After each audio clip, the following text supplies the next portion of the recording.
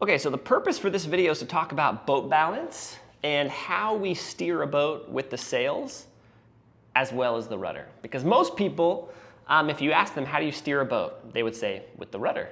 The sails make the boat move, the rudder turns the boat, which isn't inherently wrong, but you actually steer the boat as much with the sails as you do with the rudder. So one of the examples that I often hear given is if you think about hundreds of years ago, a square-rigged ship, some really big vessel. I'm a bad drawer, so I apologize in advance. You know, you have this, let's say a huge ship, and the ship has these huge sails on it. This is not geometrically correct. So you have this huge ship with all of these huge sails, and the rudder to steer the whole thing is like that big. How is it that such a tiny rudder could steer such a big boat? The answer, like I just said, is because they actually were steering the boat as much with the sails as you do with the rudder. And that concept, developing this idea, being able to implement this when you're on the water, is going to make sailing the boat a lot easier, especially when it gets really, really windy, which is the kind of wind that we have here in Hawaii.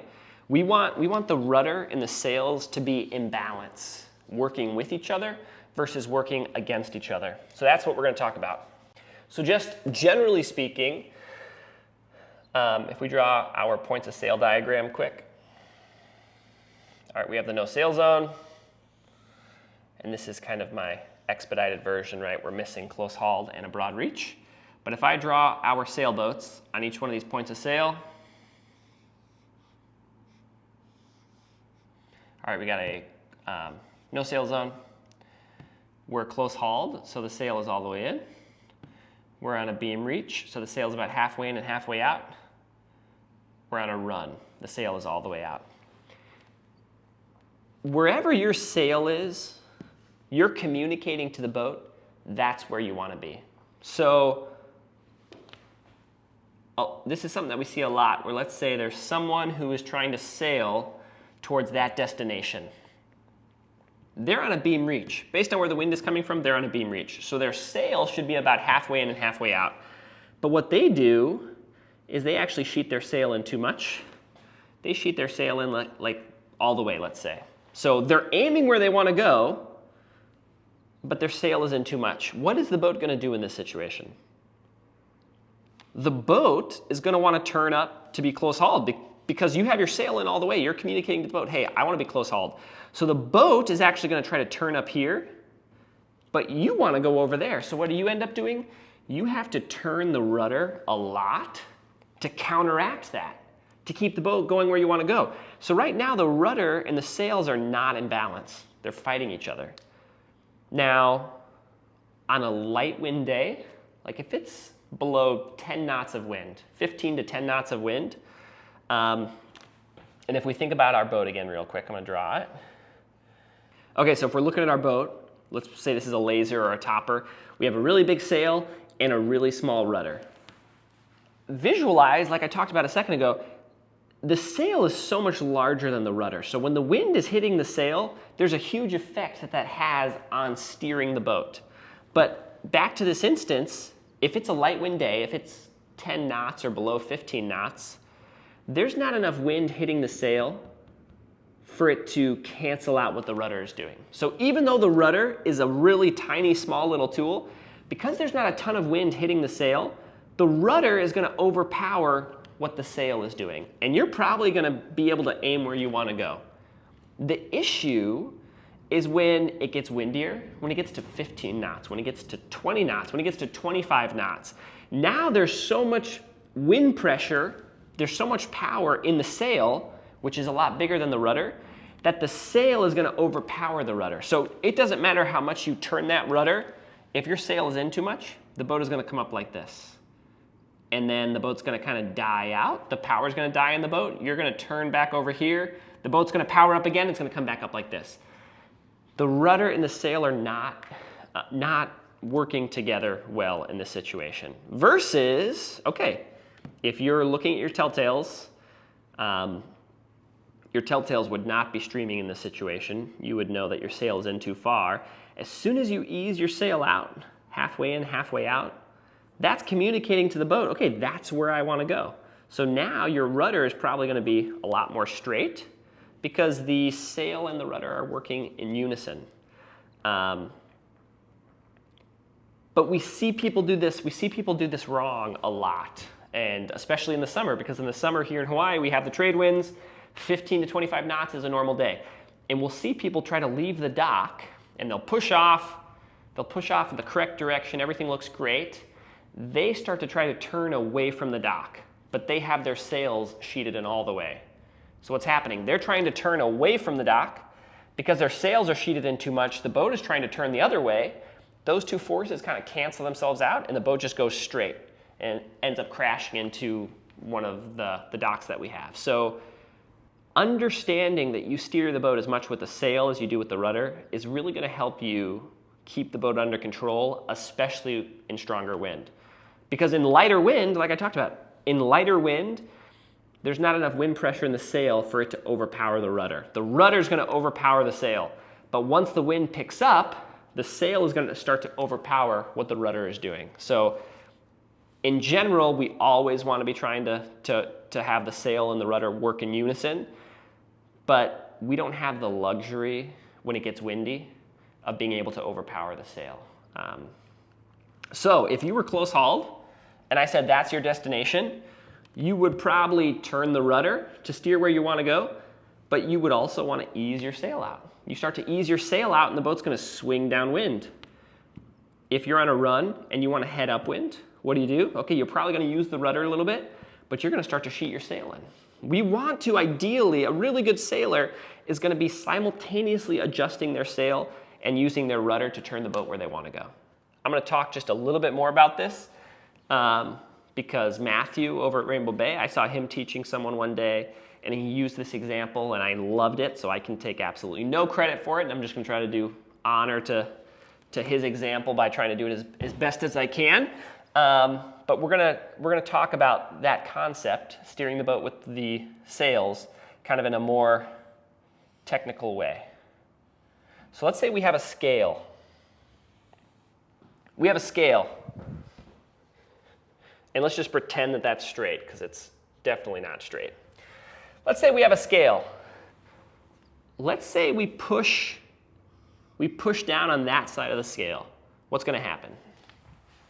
All right, well, we know the scale is going to bend like that, right? The scale is going to end up looking like that. Easy, right? Same thing is true. Let's say you push down on that side of the scale. What's the scale going to do? Scale is going to bend like that. Keep this in mind, but now I'm going to draw a boat. And we're going to be looking at the boat basically from above. None of it's perfectly geometrically correct, so give me a little bit of leeway with that. But we have our boat, and in every single boat there's going to be a pivot point around which the boat rotates, and that's probably going to be roughly around where the keel, the dagger board is. So let's just pretend that's about where the center of the boat, the keel, the dagger board is. So around that point is where the boat's going to rotate. And let's say the wind is coming from this direction. I have a jib and a mainsail on this boat.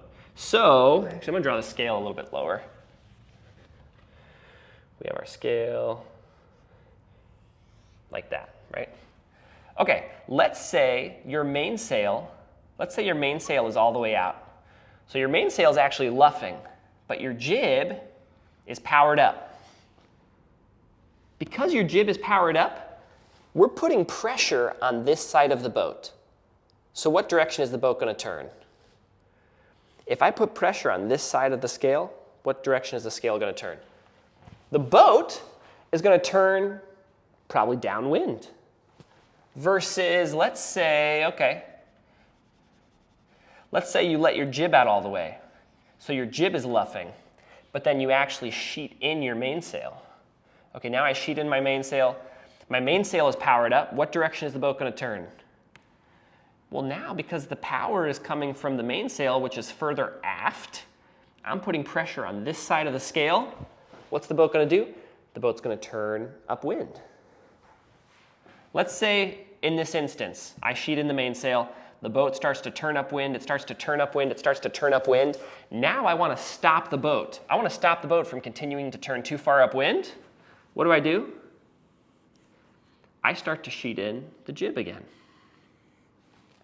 When both of those sails are in balance, and granted, once again, this boat is actually kind of going to be turning upwind, but when these sails are in balance, it's going to keep the boat on a steady course as long as the wind is steady. Now, everything that we talked about, steering the boat with the sail, it's easy to say like, okay, intellectually speaking, sitting in the classroom, you know, it's easy to understand that. You can steer the boat with the sails as much as you can with the rudder, but like, how practical is that? How realistic is that? How strong are the sails in actually being able to steer the boat? And the answer is extremely powerful. The example that I give is, this just happened a couple months ago. I was sailing with Matthew, who's one of the instructors at Rainbow Bay, and we were sailing in Pearl Harbor. We were in the middle of Pearl Harbor, and we were sailing back to the dock. And as we're sailing back to the dock, Matthew goes to the back of the boat. He pulls the rudder up and he tosses the rudder inside the boat. We spent the next 15 or 20 minutes sailing all the way back to the dock, tacking, eventually getting to the dock using nothing but our sails, our jib and our main sheet. I had control of the jib, he had control of the main sheet, and we were just talking back and forth trying to figure out, okay, what direction do we want the boat to go right now? Do I want to come more upwind? Do I want to go more downwind? And we adjusted the sails as necessary to keep us on a really stable course. And I mean, it was the sort of thing where it's easy for me as well to be in a classroom and tell students, hey, this is what happens. But it was actually a really cool example for me personally. I was geeking out to see this all in action in real life. We need to use both the sails and the rudder in unison, keep them in balance to keep the boat as in control as possible. The last thing I'll say is, you know, for this diagram, I was drawing it with a boat with a jib and a mainsail, but the exact same thing is true with a boat like the Laser or the El Toro or the Topper that just has a mainsail. The concept's the same. The more that you sheet in, the more that you're applying pressure to the aft of the boat, which is going to drive the boat upwind. Versus the more that you ease the sail out,